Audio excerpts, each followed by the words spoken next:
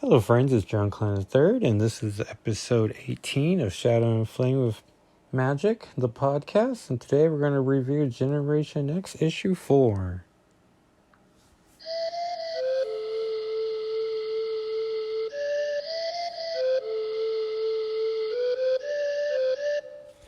Thanks again, Francisco, friend of the show, for the amazing theme song. Now, Generation X issue 4 features Colossus on the cover, and he's just fighting a bunch of goons. And this issue would have cost you $1.95, and in tiny print, 275 cans. After Xavier, the Age of Apocalypse. Inside front covers Chef Boyardee with an X-Men tie-in. Looks like Wolverine's a noodle. Oh, maybe it's all Wolverines. Mystery supervillain pasta shape inside. Boy, that must have been a collector's item. Issue 4 came out on June 1995. And we open up with Ileana narrating the comic. I can hear it inside me. A tune, music, but without any words. It is the most beautiful noise in the world. I'm pretty sure it is what freedom sounds like. And of course, this is the last issue of Generation X. Age of Apocalypse mostly lasted 4 issues for the main tie-ins. My name is Ileana Rasputin. For my whole life, which hasn't been very long, I can only mostly remember being locked up in the core. Oh, sorry. The core is a big energy place in a country that used to be called America. Us humans dig this sort of volcano out of the earth, so some bad mutant called Apocalypse has energy for his people. Last thing I remember is something or someone called Mondo grabbed me and put me here, wherever here is. And we do know that Mondo put her inside himself so that he can carry her out of the core. And this is Stanley Presents Generation X in Bye. That's B-Y-E. Created by Scott Lobdell and Chris Boccello. Inks by Mark Buckingham. Lettering by Richard Starkings and Comicraft. Colors by Steve Buccellato and Electric Cran. Edited by Bob Harris, who also provides a handy note saying all this happened last issue. And she hears this music. I know that noise. It's the Juradic hammer used for the big rocks. But why is the noise here where it's warm, safe? That light, it's where the noise is coming from out there. Maybe I can close it up. Maybe I could be warm and safe and happy and listen to the music forever. Maybe. And then she puts her hand through the crack. And we see that Mondo's just trying to... He's in a poor disguise. Made even worse by a tiny little hand coming out of his chest. But probably not. And 2 guards notice Mondo just whistling to himself. And Mondo's thinking to himself, Mondo not happy, trying to sneak out with Ileana before she's digested, and she's not helping. Magneto is going to be upset if Mondo fails. The whole world is waiting for this girl, he says. And she's like, hello, is anyone there? He's like, shh. Anyway, he slaps her hand back, and now she's inside him. But it looks like she's like inside like a whole vast cavern. And... you know, he's big like the Big Show, so it's not like... But maybe there's a interdimensional portal inside his body or something. The music stopped. Suddenly, I don't feel safe anymore. And one of the goons has really put his eye on him. Meanwhile, several levels above, Sugar Man's confronting the Husk Vicente... combination of Quitus and Sugar Man's and we see that Skin's been shot, and Sugar Man is not. Sugar Man has a cane, like a Mjolnir, but the word sugar on it. And he's not buying any of this charade from Quintus. And he's wondering, he has his suspicions, though he can't quite place why it's weird. And so now he's like, well, I killed one mutant. Why don't I kill another mutant? Clearly there's some break-in. It must be an inside job. And so then he uses his tongue like a sword, and it goes right through Quintus. And then we just see all this green gas coming out of him because it's Vincente's gas form as he's been stabbed. And then Husk is slowly, or Quintus is shrinking down to reveal Husk's true form. So she just rips off the rest of the skin and starts boasting about who she is. Like, here you go, Sugar Man. We proposed as Quintus long enough. Now you're all squaring off against the next generation of X-Men. Just thought you'd want to know who was going to be toppling your little sweatshop. And Sugar Man just starts laughing like, kill him, kill him. And then Chamber shows up and turns out he was never shot. He uses psionic powers to make people think he was shot. But he's still using regular speech bubbles. And he just starts blasting. And then Sugar Man's just fleeing. And Chamber and Skin catch up to him. And now Chamber's talking in his psionic bubbles. Apparently not, Squire. You're be needing a bleeding spatula. He just starts blasting away some more. And Sugar Man looks like he's been dealt with. And Husk is trying to carry Vincente out. He's looks like he's collapsed under the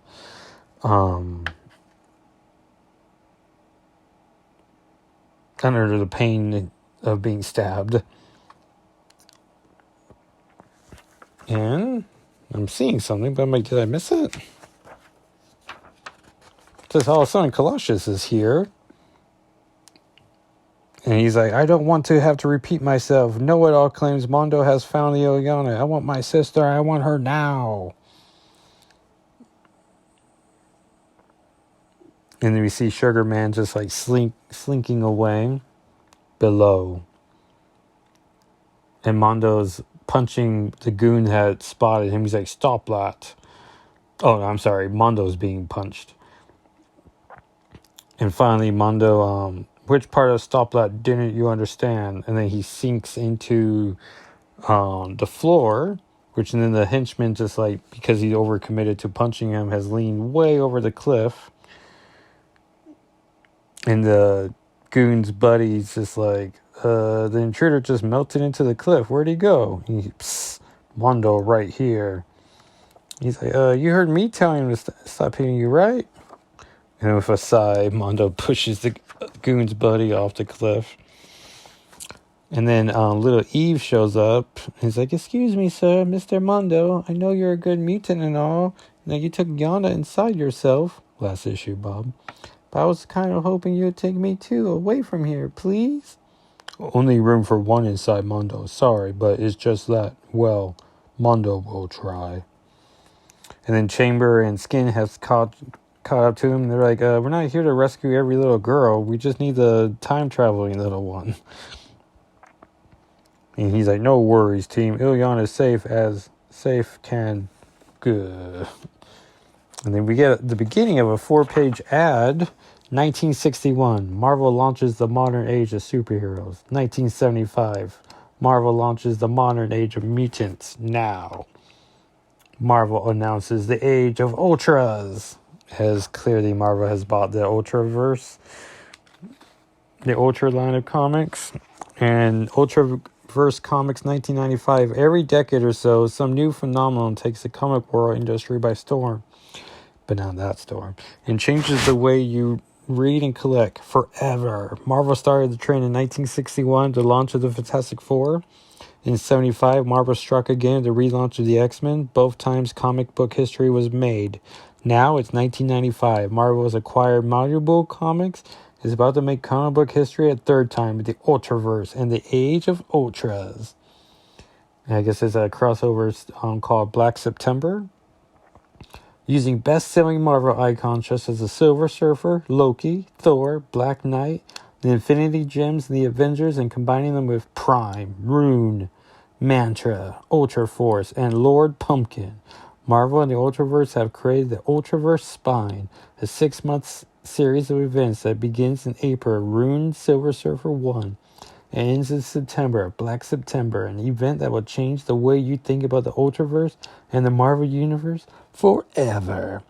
It has Rune Silver Surfer 1, Lord Pumpkin 1, Hard Case 23, Curse of Rune. Oh wait.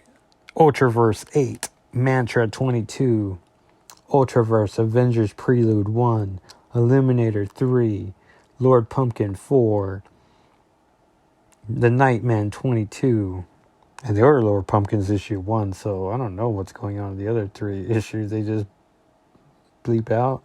Ultraverse Avengers number 1. Look for these Ultraverse titles now on sale.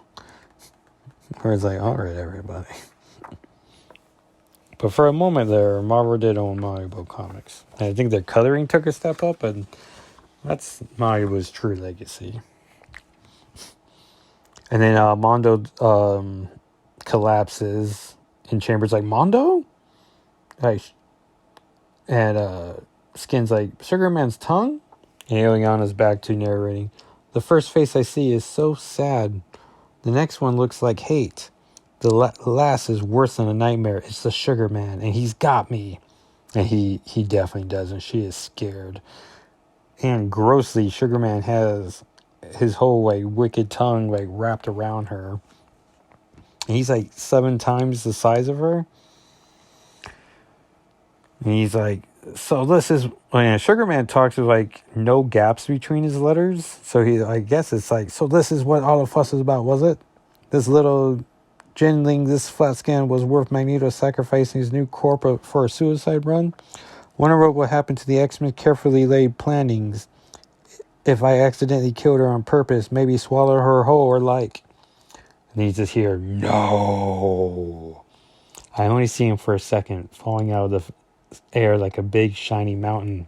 His name is Pyotr Nikolaevich Rasputin. He's my brother. And he must be here to save me. I knew he would come for me someday, even after all the blood and cave. Well, after we were separated, after I saw him fight in the infinites till he couldn't fight anymore, I knew one day he'll find me. And he is just tearing into Sugar Man. And we get an awesome splash page where Colossus and Ileana has been finally reunited. He's a hero. Not one Sugar Man or 100 Sugar Men could stop him. He's going to bring me home. And I just know I'll finally be safe. For real. Forever. Hello, little snowflake. It's been a while. Peter. Looking down, seeing the rest of Sugar Man. I mean, what's left of him. I have to say, I don't remember my brother as being so mean. It's an awesome splash page. You aren't frightened, are you? Kinda, a little. Everything will be okay, Snowflake, I promise. And Eve says, that's what Mr. Mondo said to me. And Chambers saying, he was telling the truth, Gil. We're all leaving together. And now he's psionically talking, so I guess he goes back and forth. I'm not a moment too soon. And then we see all of Sugar Man's... or the guards of the Corps have come together. And Ileana continues narrating. As we walk, Peter doesn't talk to his friends. Not that I could hear him over the noise. In the main area, it's like an explosion of people. Mutant guards and human workers and everyone just fighting and killing everyone else. With Sugar Man being killed, it's like there's aren't any rules. If the world ever ends, it will look just like this. And so the X-Men just want to get out of there. And Colossus says, back to back X-Men, stay together, stay sharp, and we'll be topside before we know it. And Ileana's just like, really? Really? And then out of nowhere, Shadowcat comes out of Colossus' back. Less Dotan, more action, Peter. If I hadn't been intangible inside you, you'd be sheet metal by now. Keep moving towards the door, X-Men. We didn't come all this way to flatline on the way out. Ileana narrates, maybe they didn't mean to. And Chamber goes down first. And Katya says, go on ahead, I'll go after the boys. And Clash is like, no! Our responsibility is to getting Ileana to Magneto. Get us out of here now. We'll come back for the others. Now!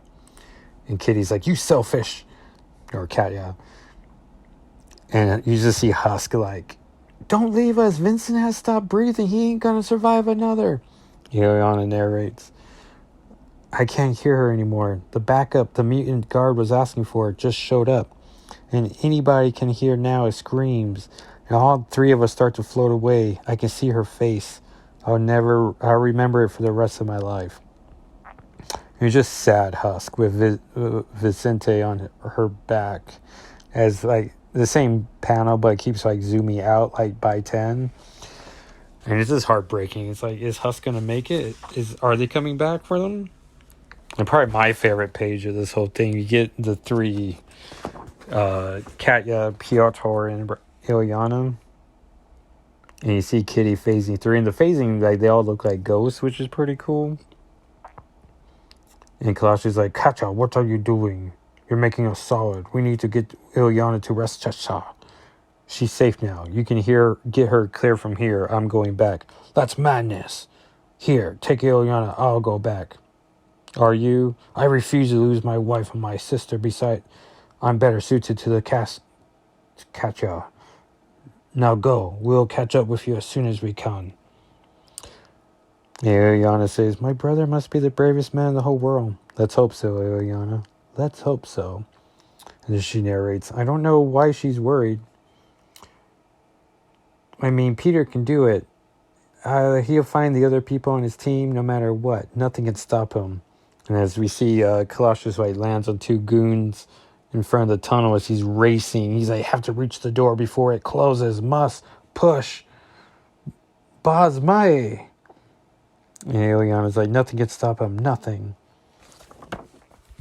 And then, like, so we see Colossus's eye as the door's closing on his hand. And so one last thing we see is Husk just like zapping people. Like, I guess she shredded her hand to make her left hand into a cannon and just shooting people.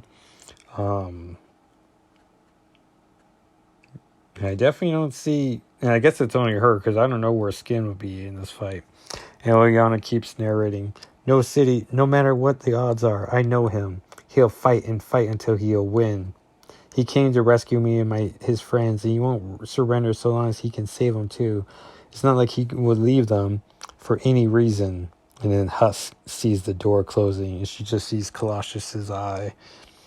If it meant saving one of them, or never seeing me again, I know what he would do. I mean, like I said, he's a hero. Heroes never give up, ever. And in the saddest panel, the door closes and Colossus is just there on his knees. We wait for them by a fire we built. Suddenly, the fire isn't very hot anymore. As Colossus returns, Katya, Peter, where are the others? Peter, I did everything I could, Katya. I'm sorry. So am I, Peter. So am I. As you can immediately tell, she knows he didn't really do anything. Like, whatever happened in the core didn't stay down there. Something came up and things would be different always. And we see inside, like, Colossus's boot, a little sugar man has survived. Read the final fate of Peter's family in X-Men Omega. X-Facts, April 1995, Final Reflections is the beginning of the end for the universe. Next month, the Return to Reality, X-Men Prime. And the wish list is Astonishing X-Men 4, X-Men 4, Generation X 4, trapped in deep inside enemy lines, surrounded by all sides by Apocalypse goons. It's do or die time for the next generation of mutants. Will they finally liberate Illyana Rasputin so she can help save the universe as all this mission all for naught by Scott Lobdell and Chris Boccello? Excalibur 4. Can Nightcrawler's spirit destiny away from Avalon in time to prevent the destruction of the universe, or will he be killed by his very own mother, entranced by the Shadow King's evil telepathic will? By Warren Ellis and Ken Lashley. Amazing X-Men 4, Factor X4, Gambit of the Externals 4, X-Men Chronicles 2, A Tale from the Past. Torn between his desire for Rogue and what he knows is best for her, Gambit makes the supreme sacrifice and leaves the X-Men. Plus, Magneto's nearest and dearest is marked for death by Holocaust's drastically new discipline by Howard Mackie and Ian Churchill. X-Universe 2. The Phenomenal Five make their last stand against Mikhail when they discover the truth behind his schemes to control Europe. By Scott Lobdell, Terry Cavanaugh, and Carlos Boccello. And X-Men Omega. This is the one you've all... And it's Omega as the symbol. This is the one you've all been waiting for. The crystallization wave is about to inundate this last bastion of existence, and it's up to the X-Men to stop the tide before the entire universe is destroyed. By Scott Lobdell, Mark Waid, and Roger Cruz. Next month, The Return of the Reality, X-Men Prime. And then the back cover ad is for Casper the movie, The Trading Cards by Flair Ultra, which I'm pretty sure at this point Marvel had owned as well. And that, everyone, dear friends, is issue 4 of Generation X. And that concludes our Generation X Age of Apocalypse visit. So thanks again to Francisco for providing the music. And as a big thank you, he's a big Age of Apocalypse fan, so I took my favorite section of Age of Apocalypse. One day we would do Omega. But next episode, which will probably be later this week if I do everything right, will be New Mutants issue 32 from the 2011 volume. As we remember, Jason Pearson has I own that cover, or of his work. I own 2 covers of his, and that's the second one. And then come back here for Excalibur issue 41. January 31st is my birthday, and on the blog, every January I'll just find the issue numbers that corresponded to my birthday, or how old I was, and then I would pretty much just do like 4 weeks of that. But I would have done that for this month, but I wanted to give Francisco a big thank you. And so we're going to end the month with Excalibur 41, and which I can't believe that's how old I am, but I feel it. And then I picked out 4 issues for February that all have Ant-Man somewhere on the cover. And so that'll be February. And then stick around for what we have coming up in March. And once again, thank you everyone for listening. If you will give a like and subscribe on whatever platform of your choosing, and give a review, that really helps, especially a 5-star review. And you can follow the blog at shadowandflamewithmagic.com. You can follow me online on Twitter, Instagram, and YouTube as Jacko SIII. You can follow the podcast on Twitter and Instagram as SNFWM. And thank you so much for listening, and we'll see you next time. Okay, everyone, bye.